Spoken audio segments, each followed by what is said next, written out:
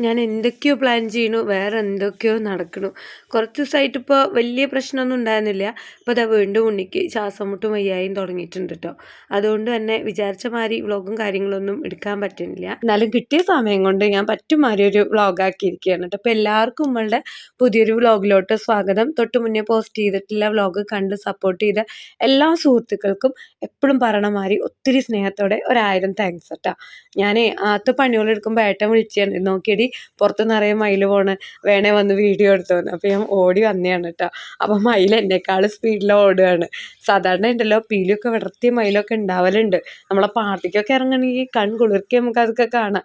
ഏത് പ്രായത്തിലും മയിൽ കാണുമ്പോൾ ഒരു പ്രത്യേക സന്തോഷമാണല്ലേ. ഇന്നത്തെ ഇപ്പം നമ്മുടെ ടിഫൻ എല്ലാവരുടെയും ഫേവറേറ്റ് ആണ്. എലൈറ്റിൻ്റെ ഹാഫ് കുക്കഡ് ആയിട്ടുള്ള മലബാർ പൊറോട്ടയാണ് ഉണ്ടാക്കാൻ പോകുന്നത്. ഈ ഒരു പാക്കറ്റിൽ വന്നിട്ട് 11 പൊറോട്ടയാണ് ഉണ്ടാവുക. 9 എണ്ണമാണ് ഉണ്ടാവുക. ഇത് ഫ്രീ ആണ് അത്രേ 2 എണ്ണം. അപ്പോൾ അങ്ങനെ ഇതൊരു ഹാഫ് കുക്കാണ്. അതുകൊണ്ട് തന്നെ നമുക്ക് എളുപ്പമാണ്. ഇതുപോലെ വലിയൊരു ചട്ടിയിൽ കുറച്ച് എണ്ണ പുരട്ടണം.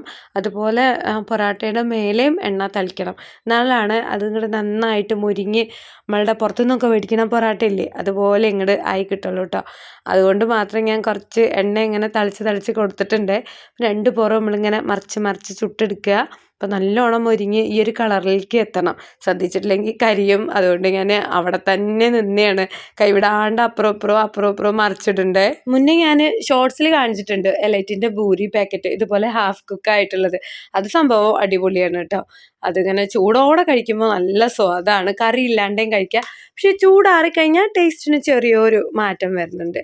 പക്ഷെ പൊറോട്ടയ്ക്ക് അങ്ങനെ തോന്നിയില്ല കേട്ടോ. ചൂടാറി കഴിഞ്ഞപ്പോഴും നല്ല സ്വാദും മണവും ടേസ്റ്റും ഒക്കെ ഉണ്ടായിരുന്നു. നല്ലത് തന്നെയാണ്. നമുക്ക് വീട്ടിൽ പൊറോട്ടയൊക്കെ ഉണ്ടാക്കാൻ കൊതിയാകുമ്പോൾ ഇതുപോലെ ഒന്ന് ട്രൈ ചെയ്താൽ മതി. കറി ഒത്തിരി സ്പെഷ്യലാണ്. അതുണ്ടാക്കുന്ന റെസിപ്പി ഞാൻ കാണിച്ചില്ല. നമ്മൾ ഈ ചിക്കനൊക്കെ വറുത്ത് മസാലയാക്കില്ലേ, അതുപോലെ ചൂതാമി ഉണ്ടായിരുന്നു വറുത്ത് വെച്ചത് ഫ്രിഡ്ജിൽ. അപ്പം ഞാൻ എന്താക്കി, ഒരു ഉള്ളിയും തക്കാളിയൊക്കെ അങ്ങ് വാട്ടി വെളുത്തുള്ളി ഇഞ്ചിയും പച്ചമുളകൊക്കെ ഇങ്ങനെ ചതച്ചിട്ടിട്ട് അതിലോട്ട് ഞാൻ കുറച്ച് ഫിഷ് മസാല തട്ടിക്കൊടുത്തു. പിന്നെ ഒരു കുടംപുളിയുടെ ഒരു പകുതി എടുത്തിട്ട് ഒരു 1.5 ഗ്ലാസ് ചൂടുവെള്ളം പാർന്ന് അതങ്ങനെ അങ്ങ് തിളപ്പിച്ച് കുറുക്കി നല്ല പാകമായതിന് ശേഷം ആ ചൂതാമീൻ വറുത്തതില്ലേ അത് അതിലേക്കാണ് തട്ടിക്കൊടുത്തു. ഇത്തിരി കുരുമുളക് പൊടിയും കൂടെ തട്ടിക്കൊടുക്കുക. അതിനുശേഷം മല്ലിച്ചപ്പൊക്കെ ഉണ്ടെങ്കിൽ വെതറി അത് എടുക്കാവുന്നതാണ്. സംഭവം അടിപൊളിയായിട്ടുണ്ട്. നല്ല ടേസ്റ്റ് ഉണ്ടായിരുന്നു കേട്ടോ. എന്ന് വെച്ചാൽ നല്ല പുളി കൂടാൻ പാടില്ലേ. പുണ്യോളൊക്കെ എണീറ്റ് വന്നു, ഒരു ടിഫിനൊക്കെ കൊടുത്തു. അടിച്ചൊരു കൂട്ടി വെച്ചാണ്, മുറം കാണാനില്ല കുപ്പ വരാനായിട്ട്. അവയാണത് അവിടെ തന്നെ ഇട്ടങ്ങ് കത്തിച്ചെടുക്കുകയാണ് കേട്ടോ. ആദ്യക്കിപ്പോൾ ഒന്നിട വിട്ട ദിവസമാണ് ക്ലാസ്സുള്ളൂ. എന്ന് വെച്ചാൽ എക്സാം ആവാറായില്ലേ. അപ്പോൾ ഒരു ദിവസം പെൺകുട്ടികൾക്ക് ഒരു ദിവസം ആൺകുട്ടികൾക്ക് അങ്ങനെയാണ്. സ്റ്റഡി ലീവാണ്. സ്റ്റഡി നടക്കണില്ല, ലീവ് മാത്രം കൃത്യമായിട്ട് നടക്കുന്നുണ്ട്. അച്ചൂട്ടന് പിന്നെ സ്കൂളിൽ പോകാൻ പറ്റണേ ഇല്ല. ശ്വാസം മുട്ടും വയ്യായും വിട്ടേറണേ ഇല്ലല്ലോ. അപ്പം ഞാൻ പെട്ടെന്ന് 4 അടിക്കലും അതുപോലെ അകായി അടിക്കലും പണികളൊക്കെ ഒരുക്കിയിട്ട് ടൗണിലേക്ക് പോകേണ്ട കുറച്ച് ആവശ്യങ്ങളൊക്കെ ഉണ്ടായിരുന്നു. അപ്പോൾ കാര്യങ്ങളൊക്കെ സ്പീഡാക്കി ചെയ്തതാണ്. പിന്നെ അപ്പുറത്തേക്കൊന്നും അടിച്ചെത്തിയിട്ടില്ല കേട്ടോ. എനിക്ക് ബാക്ക് പെയിൻ ഉണ്ട് ചെറുതായിട്ട്.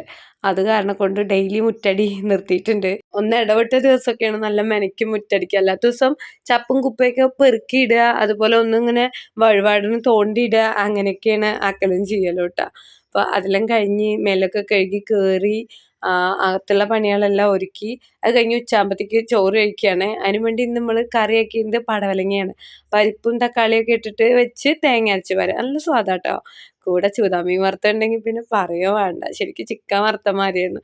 ഇതിൻ്റെ കുറച്ചിട്ടിട്ടാണ് നമ്മൾ രാവിലെ പൊറോട്ടയ്ക്ക് കറിയാക്കിയത്. അപ്പോൾ അതെല്ലാം കൂട്ടി ഞങ്ങൾ നല്ലൊരു പിടി അങ്ങോട്ട് പിടിച്ചിട്ടുണ്ട്. അത് കഴിഞ്ഞ് ഞാനും ആദ്യം കൂടെ ടൗണിലൊക്കെ ഒന്ന് പോയി അവൻ്റെ ബാങ്കിലെ ATM മുന്നേ നമ്മളൊരു ഷോർട്സ് ഒക്കെ ചെയ്തില്ലായിരുന്നോ, ATM കാർഡ് ശരിയാക്കാൻ പോവാന്ന് പറഞ്ഞിട്ട്. അത് ശരിയായിട്ടില്ല. അപ്പോൾ അതിനൊക്കെ പോയി വന്ന് അച്ചൂസിന് തീരെ വയ്യ, നല്ല ശ്വാസം മുട്ട്. ഇപ്പോൾ ഗവൺമെൻറ് ഹോസ്പിറ്റലിൽ പോയി ഡോക്ടറെ കാട്ടി 20 മിനിറ്റ് കൂടുമ്പോൾ അവിടെ അഡ്മിറ്റ് ആക്കിയ മാതിരി ആവിയൊക്കെ കൊണ്ടുവിട്ടു. നല്ലൊരു ഡോക്ടറാണ്. ആദ്യം ഒന്ന് ആവി പിടിച്ചിട്ട് അവിടെ കിടക്കാൻ പറഞ്ഞു. വീണ്ടും ആവി പിടിച്ചു, ഇഞ്ചക്ഷൻ വെച്ചു, മരുന്നുകളെല്ലാം തന്നു. പോരാഞ്ഞിട്ട് ഇനി നാളെ തൊട്ടിട്ട് ഹോസ്പിറ്റലിൽ പോയതിൻ്റെ പിറ്റേ ദിവസം തൊട്ടിട്ട് 2 ദിവസം അടയിച്ച് 2 നേരം ആവി കൊള്ളണം. നമുക്ക് വീടെടുത്താൽ കൊണ്ട് പിന്നെ കുഴപ്പമില്ല, പെട്ടെന്ന് വന്ന് പോവാവുന്നതേ ഉള്ളൂ. അപ്പം അതെല്ലാം കഴിഞ്ഞ് വൈകുന്നേരത്തെ ചായപ്പണിയിലാണ്. അച്ചൂസ് ഈ സമയത്ത് നല്ലൊരു ഉറക്കം ഉറങ്ങിയിട്ടുണ്ട്. ഇനി ഗുളികയുടെ മരുന്നിൻ്റെയൊക്കെ ക്ഷീണ കാരണമൊക്കെ ഉണ്ട്. അപ്പം ഇന്ന് ചായക്ക് നമ്മൾ പ്രത്യേകിച്ച് ഒന്നും ഉണ്ടാക്കണില്ല. 50-50യുടെ ബിസ്ക്കറ്റ് ഉണ്ടായിരുന്നു. അപ്പോൾ അതെല്ലാം ആക്കി ഞാനും ആരെയും കൂടെ ഉമ്മറത്ത് പോയിരുന്ന് ചായ കുടിക്കാൻ പോവാണ്. അച്ചൂട്ടന് ഇനിയിപ്പോൾ എണീക്കുമ്പോഴത്തേക്കും മതിയല്ലോ. ഏട്ടൻ പണിക്ക് പോയിട്ട് വന്നിട്ടില്ല, ഒരു 6, 6:30 ആവും എത്താമെന്നും പറഞ്ഞു. അപ്പോൾ ഉമ്മറത്ത് പോയി ഇന്നിങ്ങനെ ചായ കുടിക്കുമ്പോഴാണ് ഓർത്തെ, ഇന്നിപ്പോൾ ഞാൻ എൻ്റെ എഴുത്തിയമ്മയെ കണ്ടിട്ടേ ഇല്ല, വർത്താനമൊന്നും പറഞ്ഞിട്ടുമില്ല. ചില ദിവസം അങ്ങനെയാണ്, ഒരു സമയവും കിട്ടില്ല നമുക്ക് അപ്പുറം അപ്പുറം ഒന്ന് എത്തി വെക്കാനും കൂടെ. അപ്പോൾ എഴുത്തിയമ്മടുത്ത് സംസാരിച്ചിട്ടില്ലെങ്കിൽ ഒരു ദിവസമൊക്കെ അങ്ങോട്ട് പൂർണ്ണമാവാത്തൊരവസ്ഥയാണ് കേട്ടോ.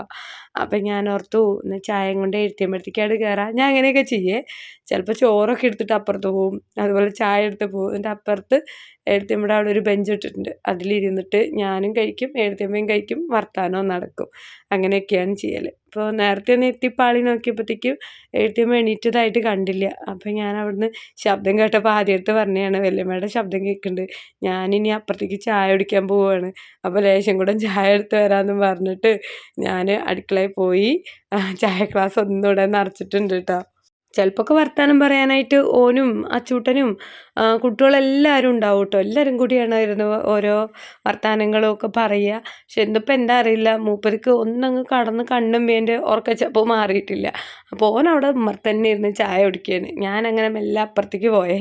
ഞാനിപ്പോൾ ഫോൺ ഓഫാക്കി എന്നുള്ള ധാരണയിലാണ്, ഒരു ഓർമ്മയില്ലല്ലോ നമുക്ക്. അപ്പോൾ ഓനെന്താക്കി, ഞാൻ അപ്പുറത്തേക്ക് ഫോണൊക്കെ വീഡിയോ എടുക്കുകയാണ്. ഞാൻ എനിക്ക് എഴുത്തിയമ്മയ്ക്കുള്ള ബിസ്ക്കറ്റൊക്കെ എടുത്തിയാണ്.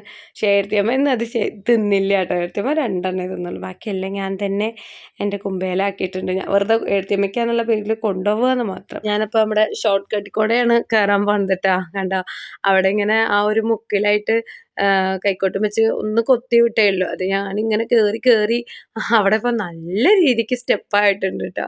അപ്പം ഞങ്ങൾ 2 പേരും കൂടെ ചായയൊക്കെ കുടിച്ചു, അത്രയേ ഉള്ളൂ. തിരിച്ച് വന്നപ്പോഴത്തേക്കും അച്ചൂസിന് തീരെ വയ്യായിരുന്നു, അവനെ എണീപ്പിച്ച് ചായയൊക്കെ കൊടുത്തു. ഞങ്ങളങ്ങനെ കിടന്നുറങ്ങി എന്ന് പറയാൻ പറ്റില്ല. രാത്രി തൊട്ട് രാവിലെ വരത്തേക്ക് ലൈറ്റൊക്കെ ഇട്ട് കുറച്ച് നേരം ഉറങ്ങും, കുറച്ച് നേരം അങ്ങനെ കണ്ണും തുറന്ന് കിടക്കും. ഇത്തിരിയൊക്കെ വീഡിയോ എഡിറ്റ് ചെയ്തു. എന്താ വെച്ചാൽ ഉണ്ണിക്ക് ചുമയും ശ്വാസം മുട്ടും കാരണം കൊണ്ട് ഉറങ്ങാൻ പറ്റുന്നില്ല. അത് നല്ലപോലെ ഉറങ്ങാതിരിക്കുമ്പോൾ നമുക്ക് അങ്ങ് ഉറക്കം വരികയും ചെയ്യില്ലല്ലോ. പിന്നെ എനിക്ക് ലൈറ്റ് ഓഫ് ആക്കാൻ ഭയങ്കര പേടിയായി, അവനെങ്ങാനും ശ്വാസം നല്ലോണം മുട്ടിക്കഴിഞ്ഞാൽ അറിയൂലേ കാണൂലേ എന്നൊക്കെ ഓർത്തിട്ടേ. അപ്പോൾ ഒരു ഏകദേശം ഒരു 3:30, 4 മണിയാണ് കേട്ടോ ഇപ്പോൾ സമയം. അതിൻ്റെ ഇടയിൽ ഞാൻ വെറുതെ ഒന്ന് വീഡിയോ ഓണാക്കിയാണ്, ഉറക്കം വരാത്തതുകൊണ്ട്. ഉണ്ണിയോക്ക് വയ്യച്ച മനസ്സ് വിട്ടാണ്ട് ഉറങ്ങാക്കി ഭയങ്കര ഒരു പേടിയാട്ടോ. പ്രത്യേകിച്ച് കട്ട പനിയും ശ്വാസം മുട്ടൊക്കെ ആണെങ്കിൽ പിന്നെ പറയുകയും വേണ്ട, വല്ലാത്ത ബേജാറാണ്. എന്നെല്ലാം പോലെ ഉറങ്ങാൻ പറ്റൂല. ഞാൻ വീഡിയോ ഒന്ന് ഓണാക്കി വെച്ചാണ് കേട്ടോ വെറുതെ. അപ്പോൾ അവൻ പെട്ടെന്നങ്ങ് കണ്ണ് തുറന്നിട്ട് ചോദിക്കും, എന്താ അമ്മ വീഡിയോ എഡിറ്റ് ചെയ്യണമെന്ന്. അപ്പോൾ എൻ്റെ കയ്യിൽ ഫോൺ കാണാഞ്ഞപ്പോൾ ഞാൻ ചിരിച്ചു. അപ്പോൾ തന്നെ കണ്ടു കണ്ണുമ്പിയോട് കിടക്കണം. അപ്പോൾ സംഭവം മൂപ്പര് ഉറക്കച്ചപ്പിലാണ്. പിന്നെ പെട്ടെന്ന് കുഞ്ഞിക്കണ്ണങ്ങ് തുറന്ന് എന്നെ വീഡിയോ എടുക്കുകയല്ലേ കള്ളത്തി എന്നൊക്കെ പറഞ്ഞു. അപ്പം ഞാൻ അവൻ്റെ അടുത്ത് പറഞ്ഞു, എല്ലാവർക്കും ഗുഡ് മോർണിംഗ് പറ. ഏകദേശം 2:30, 3 മണിയൊക്കെ ആയിട്ടുണ്ടായിരുന്നേ. അങ്ങനെ ഞങ്ങൾ വീണ്ടും കുറച്ച് നേരം അങ്ങ് ഉറങ്ങി. പിന്നെ രാവിലെ ഒരു 7, 7:30 ആയിട്ടാട്ടോ എണീറ്റേ.